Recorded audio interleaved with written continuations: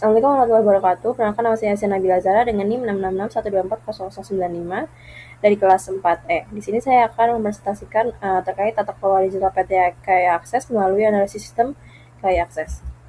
Governance Arrangement Matrix. Matrix ini itu memetakan siapa yang memberikan input dan siapa yang mengambil keputusan dalam 5 domain IT. Itu ada prinsip, arsitektur, infrastruktur, kebutuhan bisnis, dan juga investasi.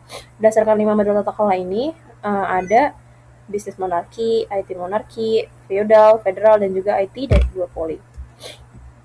Konseptualisasi digital governance. Digital governance ini bukan sekedar digitalisasi, melainkan transformasi tata kelola layanan publik yang mengintegrasikan 3 elemen utama, yaitu kebijakan, teknologi, dan juga masyarakat. Fokusnya itu bergeser dari government atau pemerintah yang terkomputerisasi ke tata kelola yang digerakkan oleh pengguna dan juga data. KAI Akses sebagai instrumen e-governance ini dia berevolusi menjadi super apps atau self-service portal yang mencakup 4 fungsi utama, yaitu ada tiketing secara mandiri, informasi real-time yang akurat, customer service digital, dan juga integrasi antar moda yang secara radikal memangkas birokrasi dari loket fisik. Transformasi sendiri itu dia adalah untuk merespon krisis dari pelayanan. Transformasi ini didorong oleh krisis birokrasi konvensional seperti antrian panjang dari loket, praktik percaloan tiket, dan asimetri dari informasi kursi. Solusi responsif yang diberikan itu ada melalui PT KAI Akses, yang mana dia itu mengefisiensikan waktu, transparansi harga secara absolut, dan layanan real-time melalui digitalisasi. Penerapan KAI Akses ini didorong oleh urgensi untuk memberantas malpraktik dalam pelayanan konvensional, merespon tuntutan masyarakat modern, dan menciptakan pelayanan publik yang sepenuhnya itu berbasis customer-centric atau berfokus kepada customer. Framework Analysis menggunakan OECD Digital Governance Index ini mengukur kematangan sistematik dari tata kelola melalui 6 dimensi. Yang pertama itu ada digital by design, berbasis data, pemerintah sebagai platform, terbuka secara default, berorientasi pengguna, dan juga proaktivitas.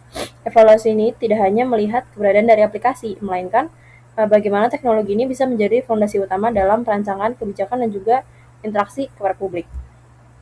Tentang indeks tata kelola digital PT KAI berdasarkan standar global OECD.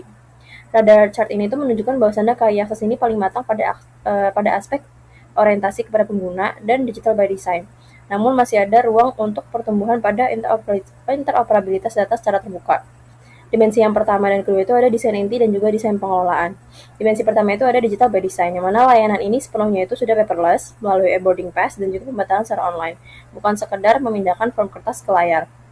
Dimensi kedua itu dia ada berbasis data atau data driven, yang mana dalam berbasis data ini itu diintegrasikan dengan data kependudukan Dukcapil atau NIK untuk validasi penumpang secara real time dan akurat untuk meminimalisir duplikasi dan juga penipuan terkait tiket.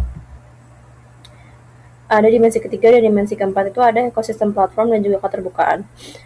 Dimensi ketiga itu ada pemerintah sebagai platform, yang mana KAI Akses ini mengintegrasikan LRT, komuter, bus, and fintech pembayaran itu dalam satu ekosistem atau single window. Yang keempat itu ada terbuka secara default, yang mana informasi jadwal real time. Hal itu berisi informasi jadwal real time, ketersediaan kursi detik per detik, dan histori tarif yang tersedia atau terbuka untuk publik. Dimensi kelima dan keenam itu ada fokus pengguna dan juga proaktivitas. Dimensi kelima itu ada berorientasi kepada pengguna, yang mana UI atau UX-nya itu terus berkembang berbasis kepada feedback. Fitur ini diperluas ke layanan non-kereta melalui pembayaran PPOB.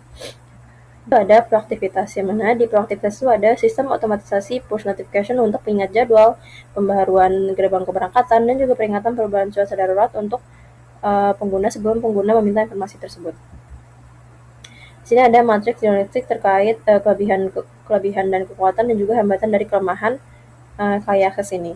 Dalam kelebihan dan kekuatan itu ada 3. Yang pertama itu ada aksesibilitas ekstrim. Yang kedua itu ada akuntabilitas secara sistematik. Yang ketiga itu ada interoperabilitas secara finansial. Sementara hambatan dan kelemahannya itu yang pertama ada kesenjangan digital, yang kedua itu ada resiliensi terhadap infrastruktur, yang ketiga itu ada kepatuhan terhadap keamanan cyber. Sementara itu ada kesimpulan dan implikasi kebijakan. KAI Akses sebagai benchmark dikatakan berhasil dalam tata kelola digital BUMN di Indonesia. Yang mana yang pertama itu dia sudah sukses transformasi. KAI berhasil melakukan disrupsi mandiri, beralih dari kultur birokrasi tradisional menjadi ekosistem digital by design. Hal ini membuktikan adanya efektivitas e-governance dalam reformasi pelayanan publik.